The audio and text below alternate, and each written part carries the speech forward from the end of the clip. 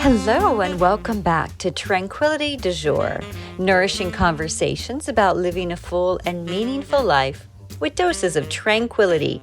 This is episode 601. I'm your host, Kimberly Wilson, bringing you tranquility through this podcast since 2005. I want to say a big thank you before we dive into this week. So I want to say a big thank you to everyone who was able to join us live for the 600th episode. And those of you who watched the replay on YouTube, so grateful. And I'll have a link to that in the show notes for today's episode also, in case you missed it. And today's show notes will be found at kimberlywilson.com/601. Also, I wanted to mention a lot of you have so many wonderful, good questions that I thought I would, in future episodes, answer them, because I couldn't get to all of them in the 600th episode. And I just want to make sure that I'm able to answer your questions and really reflect and spend some time with them. So look for those in upcoming podcast episodes. Now, in this week's edition of Tranquility du Jour, I chat with the lovely Lauren Brownstein about her new book, Be Well, Do Good, Self-Care and Renewal for Nonprofit Professionals and Other Do-Gooders. So learn how to incorporate self-care into the work you do, how gratitude has had a big impact on Lauren, and ways to let your light shine at work and beyond. Now, if you haven't hit subscribe in your favorite podcast app, please do so. There's a link in the show notes to do so via Spotify, Apple Podcast, and Amazon. Also, check out kimberlywilson.com/podcast for more information on the podcast. And then if you are new to Tranquility du Jour, learn more at kimberlywilson.com/new. And you'll find out all sorts of things, including the manifesto, the tenets, and all the wonderful things that happen within the Tranquility du Jour community. So thank you, as always, for being here. And a few things to save the dates for. April 1st is the TDJ Style Spring Virtual Event. So in this, I will be revealing the Ballet Core Capsule. I just did a blog post on it last night, and I'll be sure to put a link to that in the show notes, just giving you a bit of a sneak peek. Think tulle, think noir, think feminine, playful, and flowy. And then April 15th is our seasonal retreat, Immersion, and I'll be announcing the theme for it and the agenda in the upcoming weeks. So stay tuned and join the waitlist for that over at kimberlywilson.com/virtual retreat. Now, without further ado, our fabulous guest, Lauren Brownstein, has been working in philanthropy for 30 years as a fundraiser, educator, program manager, and administrator. She helps nonprofit organizations, philanthropists, and grant makers achieve their goals through Pitch LLC, her fundraising and philanthropy consulting practice. She's the author of Be Well, Do Good, Self-Care and Renewal for Nonprofit Professionals and Other Do-Gooders, a Barnes Noble Bestseller. So learn more about Lauren in the show notes.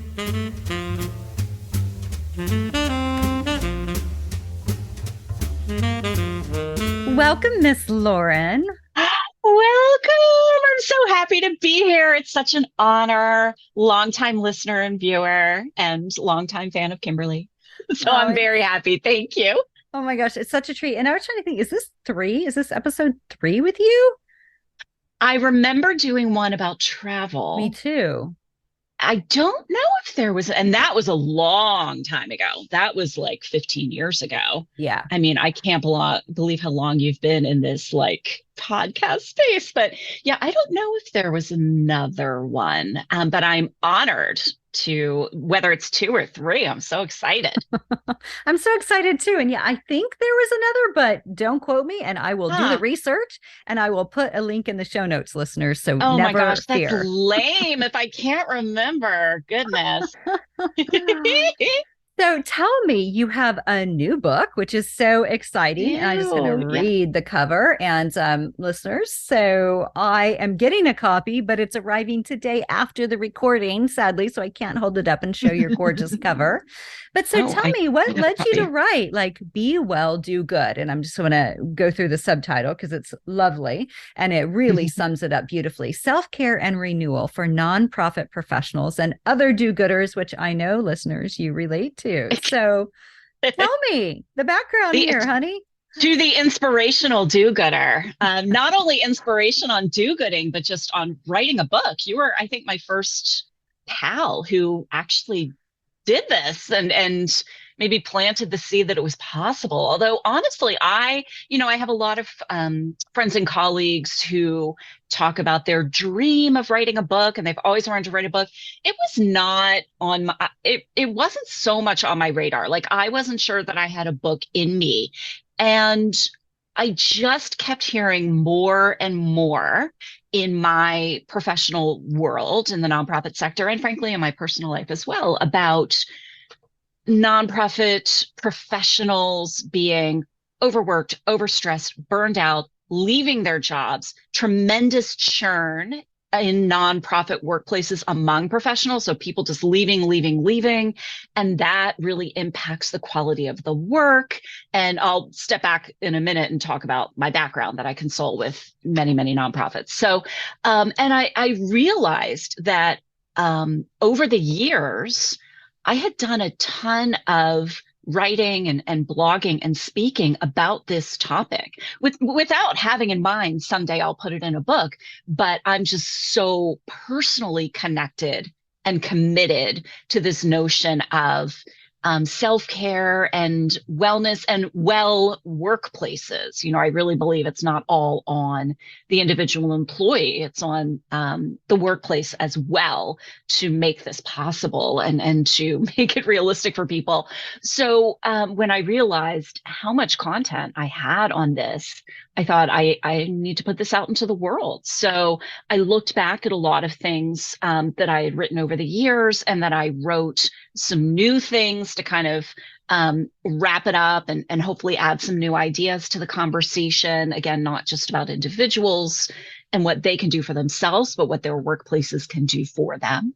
And I also am, very committed in my own work when I do trainings and things with nonprofits, very committed to making it interactive, not just a lecture, don't just barf a bunch of words all over people, that people learn when they can participate. So I knew that when I put this together in a book, I wanted to have some worksheets, checklists, things that people could do to make it personal, and that I wanted it to look beautiful. That, I'm a creative person. I love to create and craft and all of that. And I knew I didn't just want it to be words on a page. I wanted to make it, visually stimulating also.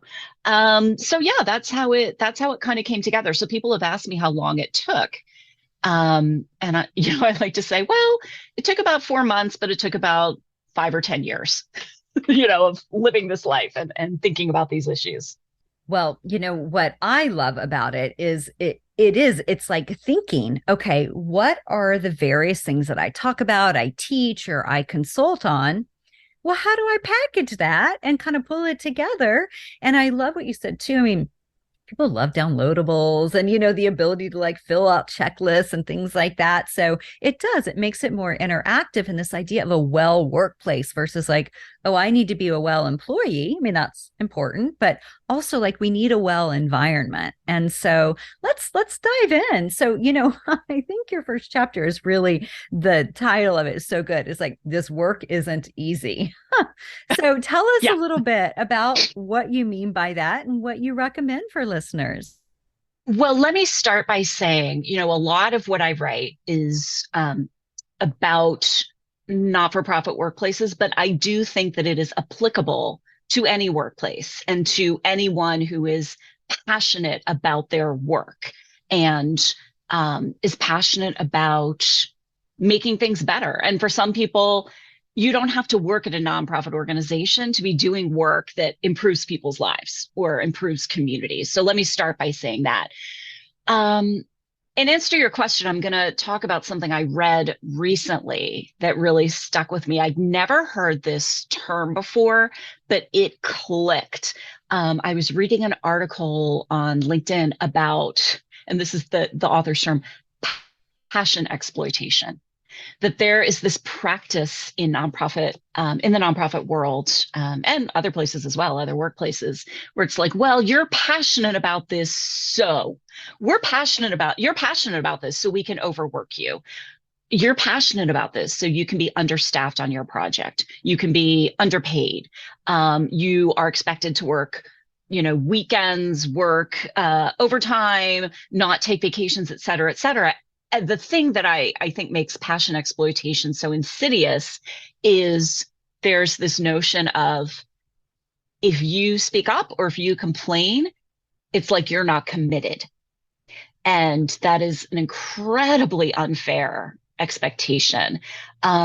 So when I say this work is hard, it's not only all of those conditions, but a lot of people that are working in the nonprofit space are also working with and in really challenging, difficult environments and communities. You're hearing really tough stories all the time. You're seeing heartbreaking things. You are working on problems that need to be solved. So there's that layer of stress and anxiety and trauma on top of just the difficulties of, low pay, high unrealistic expectations, crazy hours, all the rest of it.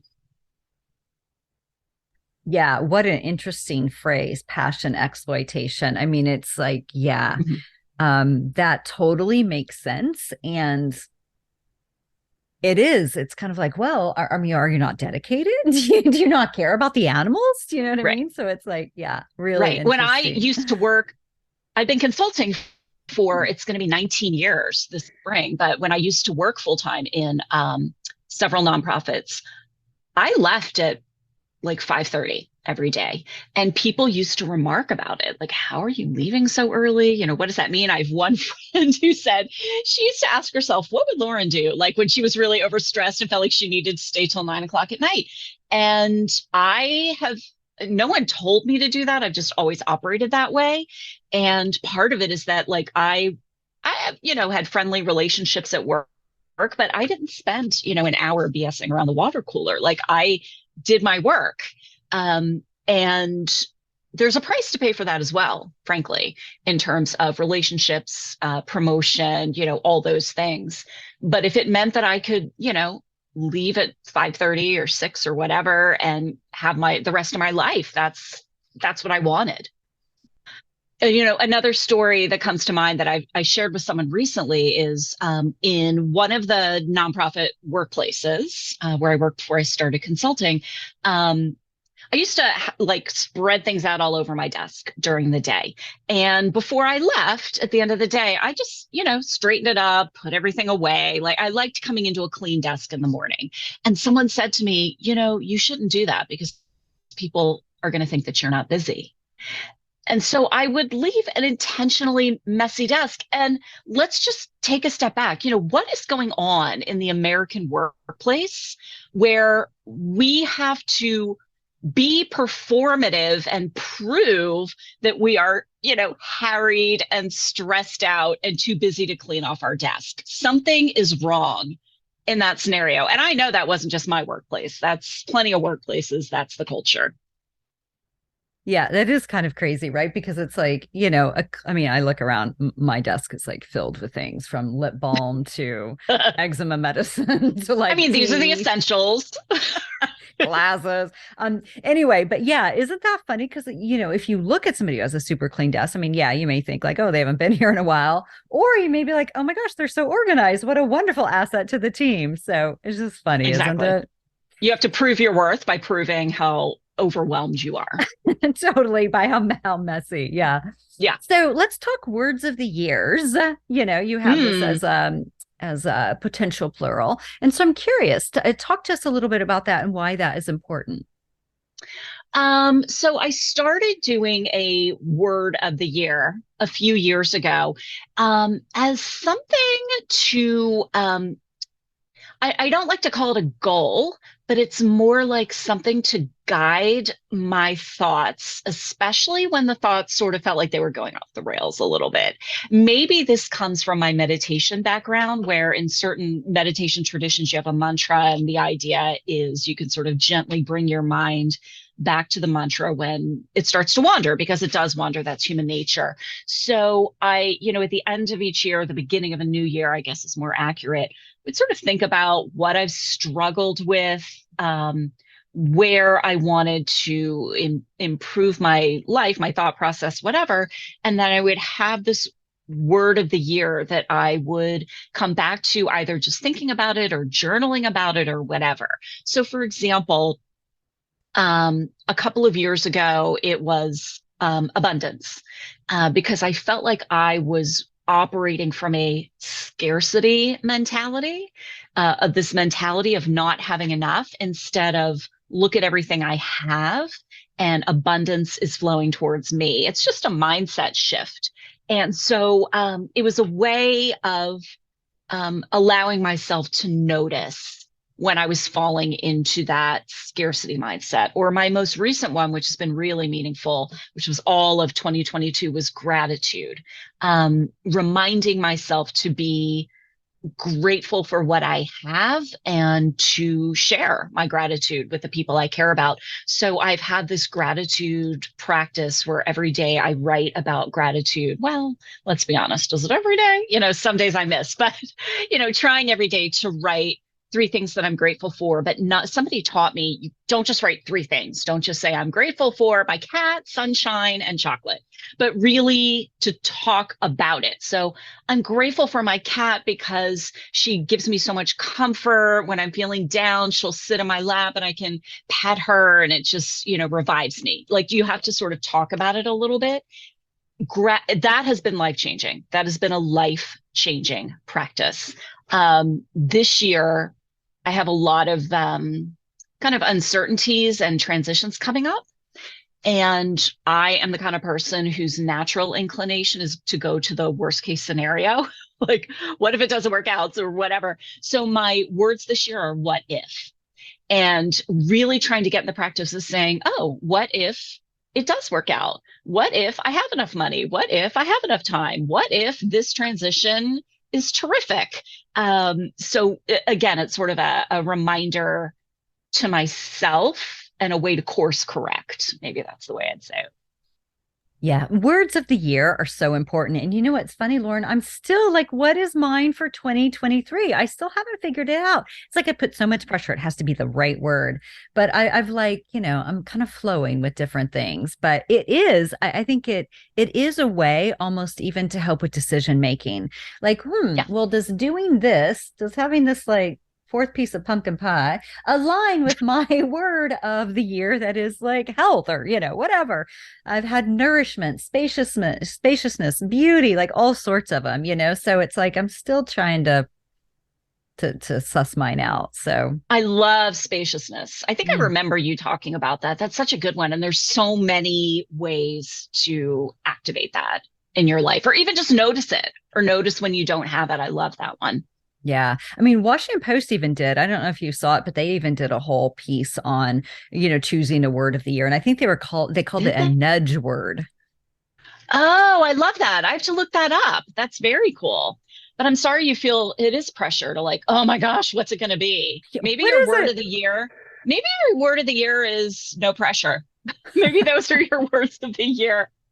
Yeah. I mean, Maybe I'm that's telling you something.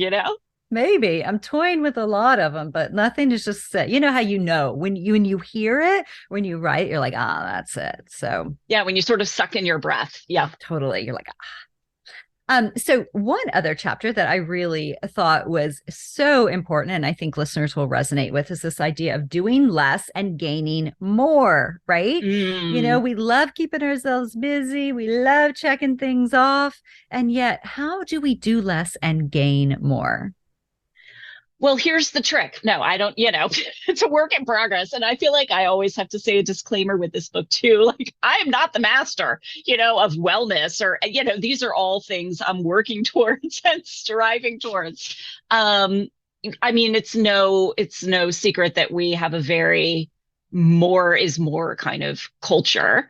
And I'm part of that too. I mean, it's funny, we're talking about how full your desk is. I think one thing you and I have in common, because I have been to the Pink Palace, is we are not minimalists, we are maximalists. I like to have a lot of stuff around me, right? So that's my version of more. Um, but I certainly have found that when I pack my schedule with a lot of things to do and tasks and goals and accomplishments, it is a coping mechanism. Like busyness is a distraction. Yeah.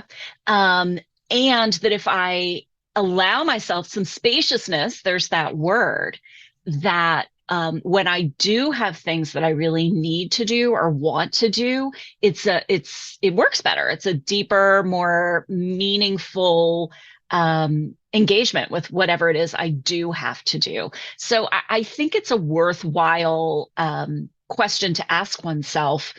Is this necessary? Do I really need to do it? And it's something that I work on with clients as well. If they want to take on a new project, if they want to pursue a new funding opportunity, in a lot of workplaces, there's this notion of we have to do more, we have to be bigger, we have to, et cetera, et cetera. But there's an opportunity cost for every more, right? What is it going to cost you to take on this new project? What aren't you going to be able to do as you take on this new project? And that is also specific to fundraising, which is my specialization in the nonprofit world. Nonprofits are always looking for the new donors. Where do you find new donors, new people to add?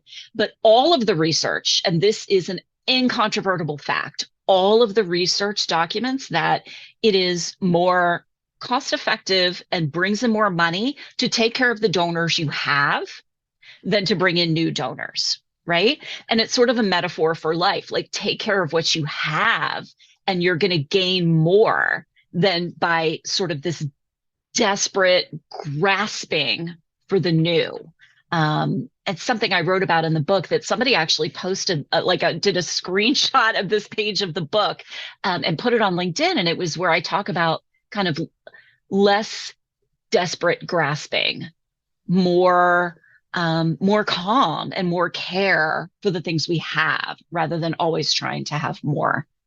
Oh my gosh, I have so much to say about everything you've said. And, I want to hear it. Lay it on me. Well, what's interesting is they say that also, even with like, say, your mailing list, right? Or, whatever it is, the people who buy your courses, it's like, take care of the ones you have versus like, because, it sounds like the same thing with donors. I mean, they're more likely to continue to support than, gaining new ones. And not that, we don't want to welcome and be accommodating and, supportive and encourage new, but it's like, how do you take care of the people who are already there supporting you, which is so interesting. And that totally makes sense with regard to donors. Yeah. The other piece is minimalism. And it's so funny because it's like, as you said that, I'm like, well, I kind of think of myself as a minimalist. And I look around and I'm like, what the hell? Who am I trying to fool? Do you know what I mean? But it's like, I do live. But why do we have to be minimalist? We like our doodads. But it's funny. And too, when you said, things, I was like, oh, but it's mainly consumables, right? But I'm like, is a book a consumable? Because that's what I buy a lot of. And, it's just, I was just thinking, it's like, because I've been beating myself up a little this year of just like, why do you keep buying things? But really, I mean, I've been getting a lot of books this year. And then, it's just like things that I need to replenish, right? Like more tea. I mean, we always need more tea, or obviously. Whatever it might be. I mean, obviously. But it's funny, I really try to, and I don't know about you, because it's not like doodads, or trinkets, or what do you even call them? Tchotchkes. But, tchotchkes. It's more tchotchkes. Very nice, Kimberly. Thank you. That's Yiddish, right? Yes, Look good at job. Me. Look at you, multicultural. Multicultural. But it's like, consumables, I feel like I have less guilt around, but really this desk is filled with like consumables. I'm like, really, I could clean it up a little bit. So anyway, that was just a random thought as you were speaking. But I think you and I are also both like experiences over things kind of people. Yes. You can be both, Totally experiences over things. Experiences and consumables are the things that I just kind of, keep emphasizing for myself and I let myself like indulge in, right? Versus, Sure. I don't know what a tchotchke is, but This So is going to be your anyway, word of the year, permission. Wouldn't that permission. be an interesting one for anybody? I do Permission. like permission. I have, Give I yourself have, permission. I have Who are pondered you that. asking permission from? And do you need to ask them permission? Oh, that's interesting. I'm going to Well, think and about you that. just triggered two other things that I wanted to comment on. One was the busy. So let me put a pin in that. I'll come back. But the Hmm. permission, you know, oh, this is what it was. As you said, like, oh, well, when you say yes to something, it's like, what else? What are you going to take off your plate? And I think it's Hmm. just always good to keep in mind when you say yes to something, whatever it is, you're saying no to something else, right? So Right. it's like, okay, what is the priority? What is how I want to spend my time and energy? But the busy thing, Lauren, I picture myself on P Street in your apartment. How many years ago was that? Like A 15? few. Yeah. Along, and we would occasionally like have tea or whatever at your place. And I remember you asking like, how are you? And I'm like, busy. I'm like so crazy busy, right? That was always my statement before. And I remember you saying, yeah, I mean, like, right? I mean, aren't we always? And I remember that. I mean, that stuck with me. And I thought, well, Mm. no, you're not always. And I was like, yes, always. And why? So it's so interesting. And I even picked up a book that somebody had gifted me last year this morning. It's called The Art of Rest. And again, it's like your gizmo when It's all good. you're I he give just like Gizmo permission to say what he needs to say. make any kind of Gizmo's noise like, he I'm wants. busy too. He's like, I have needs. I need consumables. But it's like, it's just, I don't know. It's just an interesting thing to keep in mind of like, why do we keep ourselves so busy? And particularly within an organization, within our work, or, what have you. And the reminder, I think, particularly as we head into midlife, it's like, I don't think we have the patience for that anymore, right? So it's Mm-mm. just interesting as we think about this whole idea, which I love, again, just going back to the title of your book, right? It's like, how do we be well and do good? And you cannot do good if you are not well. I agree. Can I share one other Yes. resource with your listeners slash viewers? I have been proselytizing about this and I'm getting nothing from it. I don't know this author. I've never met her. I'm just very inspired. And I blogged about it recently. So if anyone wants to learn more, it's on my blog. But I was listening to a podcast, Glennon Doyle's podcast, and there was this woman on it who has started this thing called the Nap Ministry, nap, like sleeping nap. And it is not about, everyone needs fluffy pillows and scented candles. It's about rest as a form of resistance, as resisting a system that uses our bodies as productivity. And her rationale, I don't want to misstate it too much, but her mission is also a lot about how Black bodies have systemically been used. But this notion of rest is radical is really resonating with me. I really like that. And yes, I love the Nat Ministry. So definitely Oh, you know listeners it. follow. Oh, you Of know it. course I Okay. know it. Oh my gosh. Oh, of She's course you do. amazing. She's amazing. She Let's have is. a conversation with her. I know, right? That would be amazing.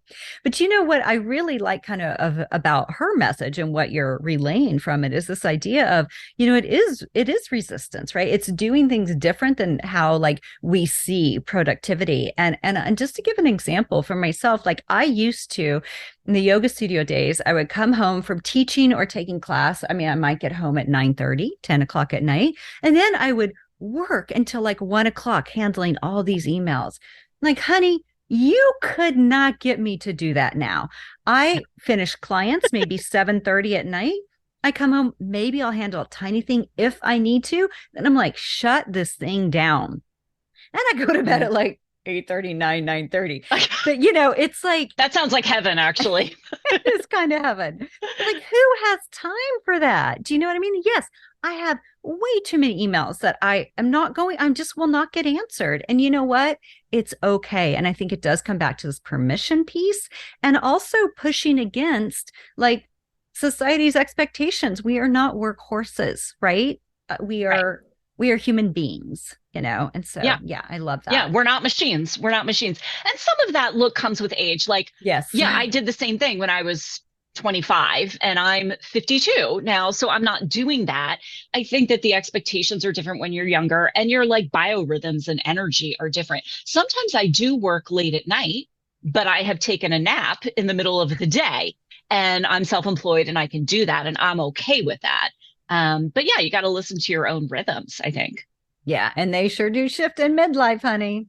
Lord have mercy. Gosh.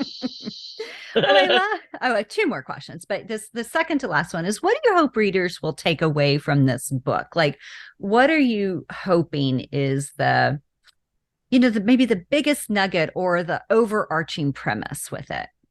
Maybe it's just because we just talked about it, but this notion of permission, giving yourself permission to do what you need to do to take care of yourself.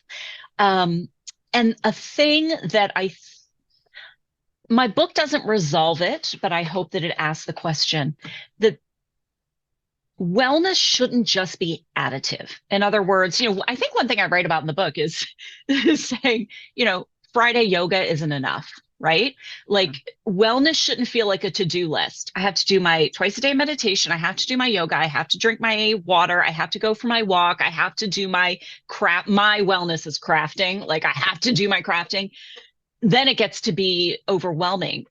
There has to be some sort of systemic shift and realignment about what is expected of us and what is expected of ourselves.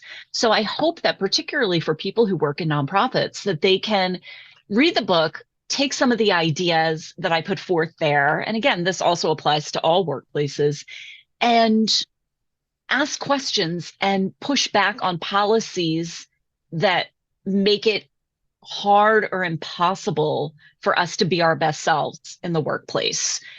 Push back on having to answer your work phone at 10 o'clock at night, push back on having to work through a weekend, push back on not having opportunities to reconnect with the mission of the work. It's not enough for a nonprofit to say, oh, well, if you want to feel connected, go visit our tutoring center or our homeless shelter. Not enough. The leaders have to make that a normative practice that we go do this. That's just one example. So I'm sorry, it's a long answer to your short question, but I hope people will get ideas of things that they can do for themselves. Micro steps is one way I've talked about it, but also ideas for how to shift the culture at their workplace.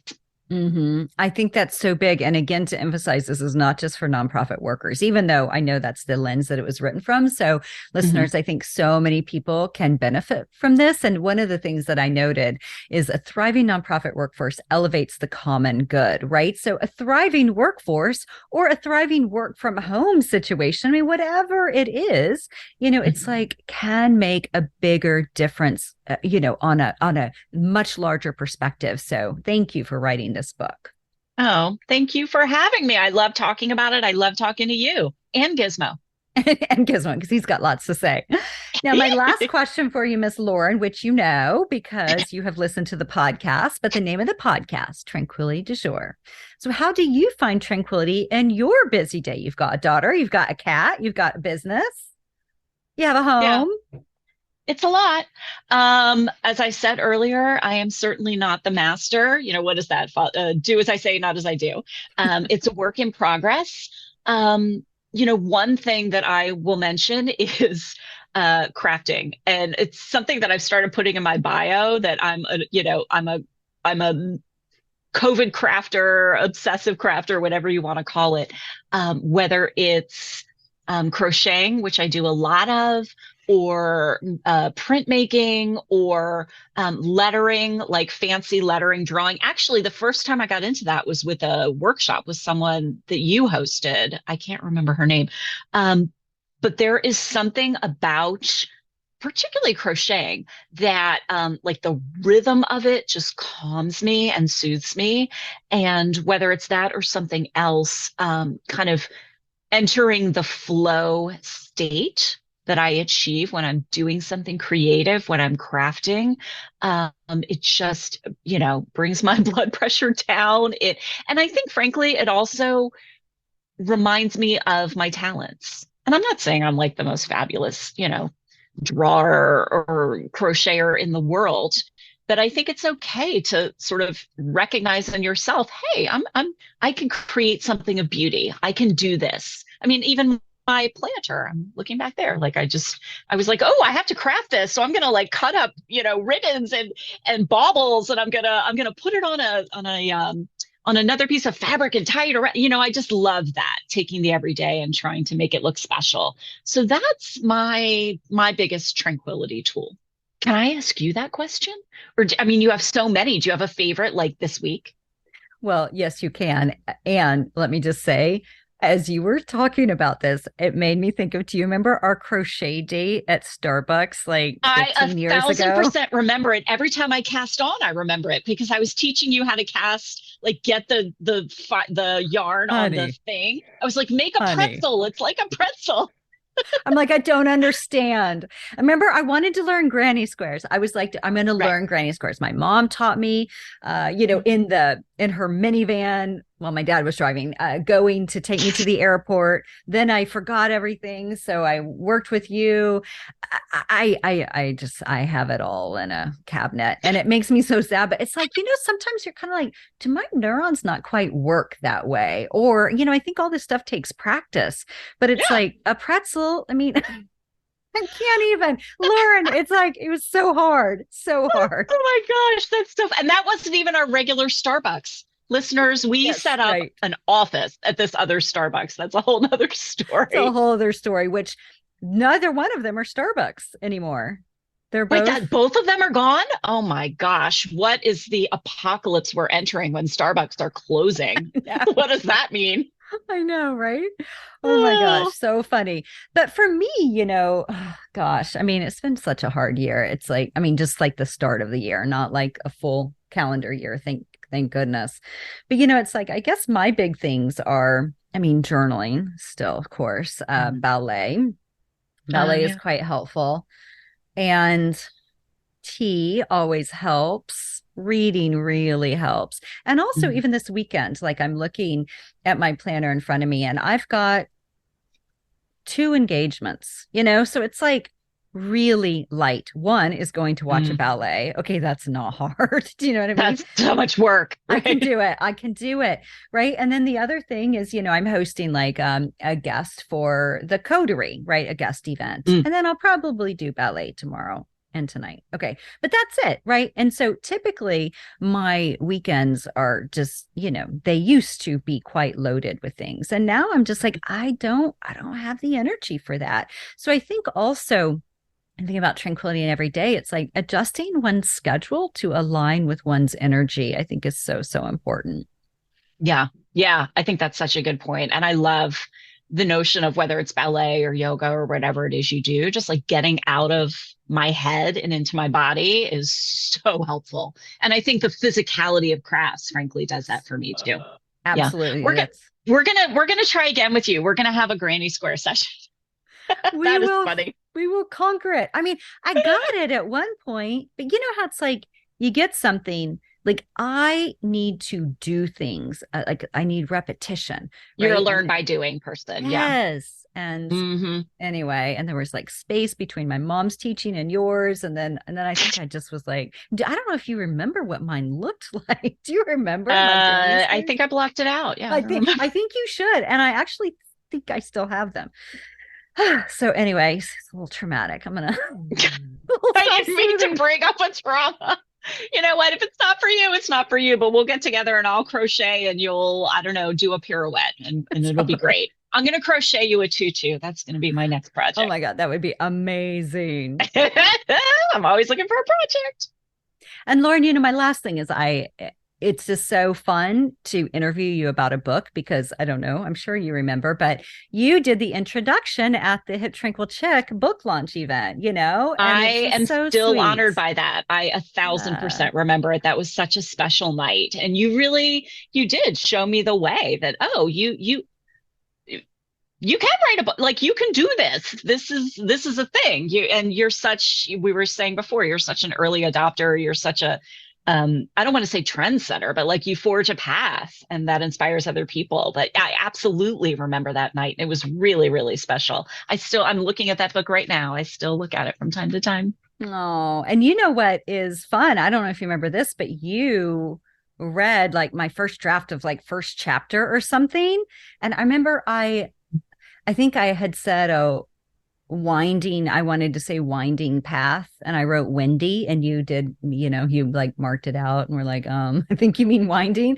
Just like, I don't know if you remember that. It's funny that I remember like, oh I shoot. actually do now that you say it. And I feel like the cover of the book was inspired by that Starbucks. There was like a high counter and we would sit at the counter and work. I don't know if any of this is going to make it into the podcast or not, but one thing I was just thinking about as I was reflecting on those days when we would work side by side at that Starbucks this is how long ago it was. They used to charge for Wi-Fi. Oh, yes. And I remember thinking, why are they charging us? It's just turning on the modem and one of these days they're not going to charge for this anymore. You were right. Oh yeah. I'm such a futurist. It's funny. That rings a vague bell, but isn't it funny? It's like you forget some things that are like, oh, that was horrible. Those were horrible times when I had to pay for Wi-Fi. What's that? All right. Well, the first of many conversations in the new year, I hope. Yes. So good to see you, and congrats on your new book. I'm so proud of you. Thank you. Thank you so much.